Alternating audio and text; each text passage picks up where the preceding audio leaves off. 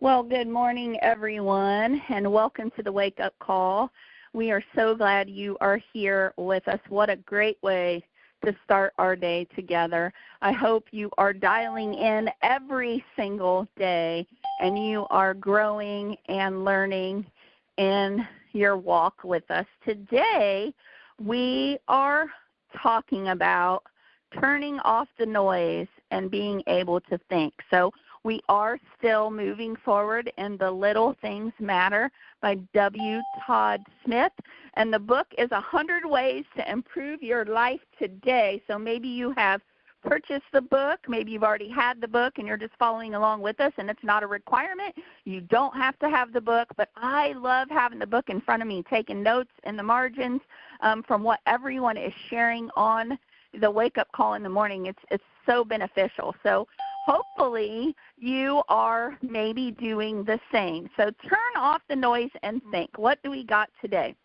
Well, here is what Todd shares with us. In today's fast-paced electronic world, the need for quiet time has never been more crucial. The number of interruptions and the resulting stress coming from text, calls, emails, and social sites has increased. And I, for one, would have to say amen to that. And that's my personal take, Holli, Yount. He goes on to say, and of course, we have an endless supply of addictive options at our fingertips to fill our heads with chatter. If you want to advance your life forward, it's absolutely critical that you block out time to turn off the noise so you can think and process information in silence. If you want to make sensible life planning decisions, the kind of decisions that allow you to move ahead in life, you need quiet time to think and process everything going on in your life. Perhaps it's your desire to build a stronger relationship with your spouse, significant other, or a friend, or that you want to be a more understanding parent. I assume you want to enjoy a successful career and that you want to make enough money to stay out of debt and enjoy the good things life has to offer. If these things are important, then ask yourself, and this is so good right here. I just want to highlight this and really take some time to think about this question. How much time have I spent in the last month quietly thinking about these issues? How can you say something is important yet not allocate quality time without interruptions to think about it and make thoughtful decisions as to how you can improve that area of your life? If achieving your goals is really important, then you must make it a priority to block out time and turn off the noise so you can sort out what's going on in your life and make good course-correcting decisions. Todd says here are a few suggestions that he is going to share with us. Number one, start your mornings by sitting in silence. Rather than watching the news, reading the morning paper, or turning on your computer, find a quiet place to sit and contemplate the issues you're facing. Number two, while driving alone, turn off the music and talk shows. Turn your car into a think tank where you process life and make good decisions. Number three, go for a daily walk and leave the music at home. Almost all of my major decisions are made on long walks. Before going on a walk, select a topic you want to think about, and then consider these three questions while you're on your walk. What's going on? Think about the subject you have selected. What are my options? Consider all available options for dealing with the situation. And finally, what's my plan? Make a decision on what you will do and when. Now let's go back. Number four, block out a period of time and go to a quiet place. Turn off your phone and thoughtfully review what's going on. Consider all the options available for how you should handle the situation on your mind. And number five, if you have a major decision to make, block out a day. Get away from your home and go where you can think in peace and quiet. Consider all aspects of your decisions, the pros, the cons, the risks, the rewards, the options, and the outcomes. When you make it a priority to block out time in your busy schedule to sit in silence and think about your life and where you're going, you will immediately begin to see the benefit of quiet time. Oh, my goodness. So much to unpack there. And to do that, I'm going to turn it over to Jamie.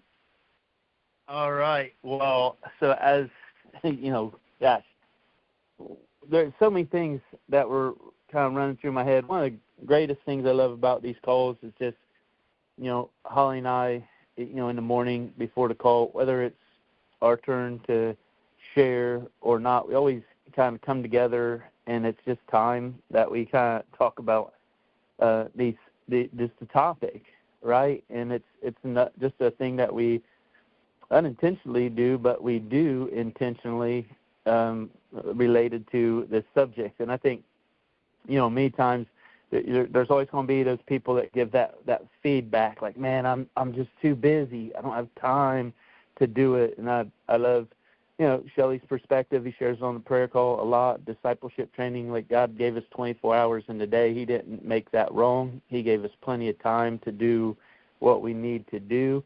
It's just our allocation of time and our, making things a priority in time. And as I was thinking, man, you go through life and you give 8 to 10, 12 hours a day, 5, 6, sometimes 7 days a week to someone else.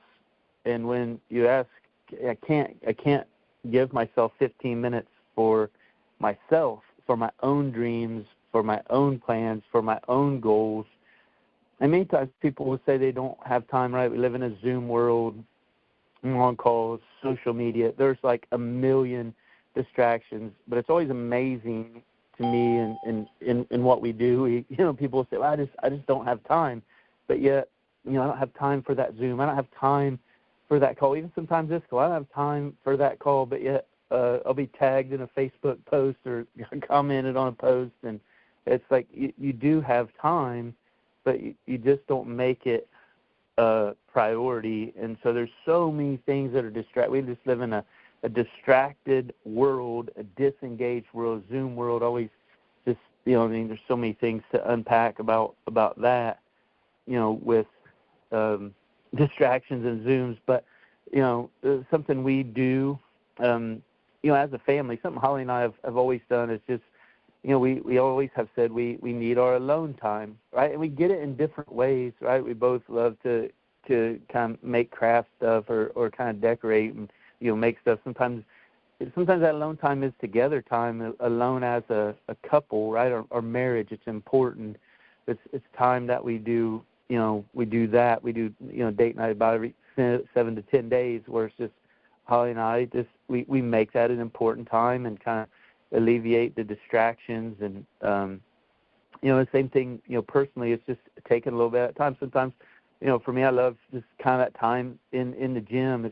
Sometimes I always say that's when I do my best thinking. I think, physical activity kind of just brings out the juices to get you thinking. And that's just me. That doesn't mean that's right for everyone. It's different for everyone. James is it's so crazy because we do that. The boys, really do that. James is so, just diligent about in the morning, his just alone time, to read in his Bible, to kind of have his time, which is something that Holli and I do, right? We do a devotional in our men's and women's groups every morning, and then have that alone time, sometimes before, sometimes after. It's different. And now Charlie, who's 10, even, that's his first thing. I need some alone time. And sometimes the boys will say that, during the day, and it's just something that we've modeled. And so when this topic came up, I was like, well, this is something that is so important. But it's so easy, and I know this from personal experience, there'll be times where you just kind of get distracted. I know for me personally, I can only speak for myself. I get distracted, kind of get going in the day, something happens, and I miss that alone time in the morning, especially it's, for me in the morning, just having that alone time to, kind of just sit and, whether it's, reading a devotion or whatever. I mean, it's different for everybody, but just if I miss that and the day gets going, I can just tell it kind of compounds through the rest of the day. And, when you look at distractions, there's so many things. I mean, social media is just a really easy distraction, right? Or kind of the internet, right? Just how many times have you kind of started looking here and wound up way over there, and an hour later, or the TV or whatever. Those are distractions. But sometimes I think we can like, people can be a distraction, and even well-meaning people can be a distraction. Everybody's going to tell you what you need to do, right? Here's your, it's like, man, that's what Jamie does. He goes out and he works out. That's his personal time, or he sits.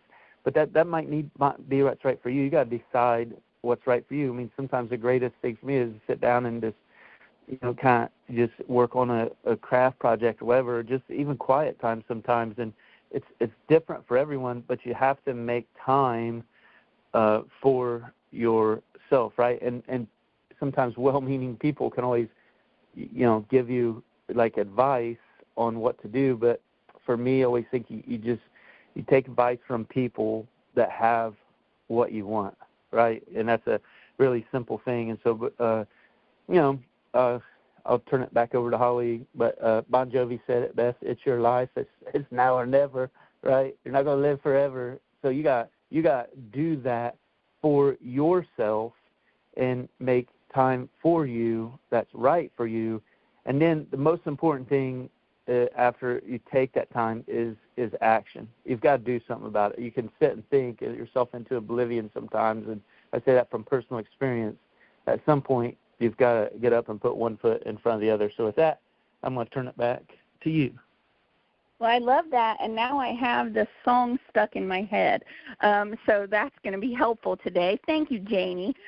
What a great just perspective on what we talked about, and I think, making sure you block out that time for yourself every day is important, especially, like Todd said, if you have a major decision to make or even a minor decision, going somewhere where you can really just quiet the noise, turn off the distractions like Jamie says, and really just think about, the pros and the cons of the decision that you might have to make, I think is really important.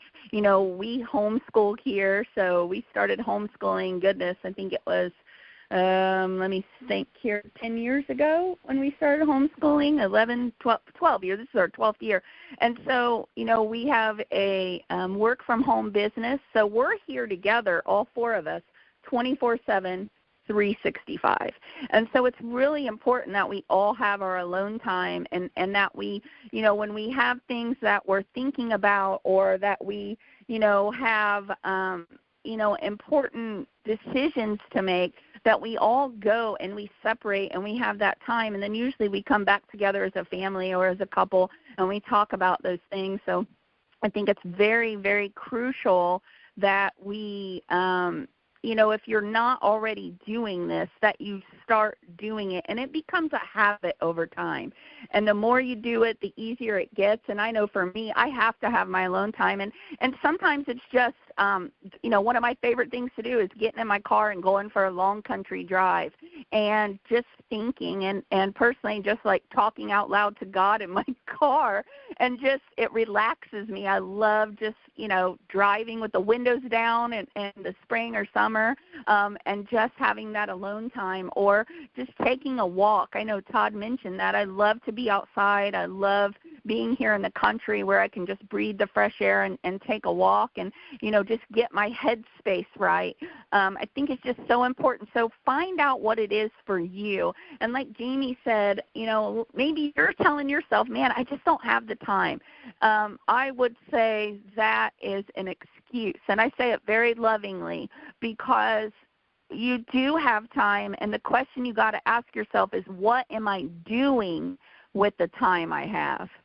And that really is a heart check for a lot of people. I've had to do it. Okay, I've said I don't have time, but then I ask myself, wait a minute, Holly, wait a minute. We all have 24 hours a day. The question is, what have you been doing with your time? And then I'll find out, I watched this little documentary here, or I read a book, or I listened to some music, or I scrolled on social media, or I texted a friend, or I called a friend. I mean, there's so many things, and I think if we can just be honest with ourselves, we can really start to create positive habits, just like getting on this wake-up call every single day.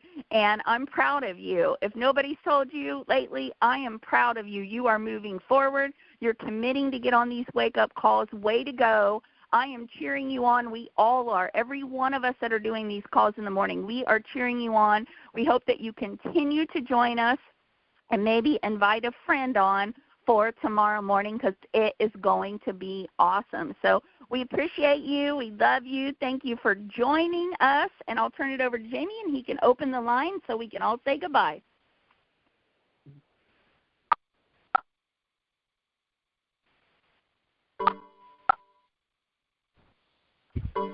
Have a great day. All right.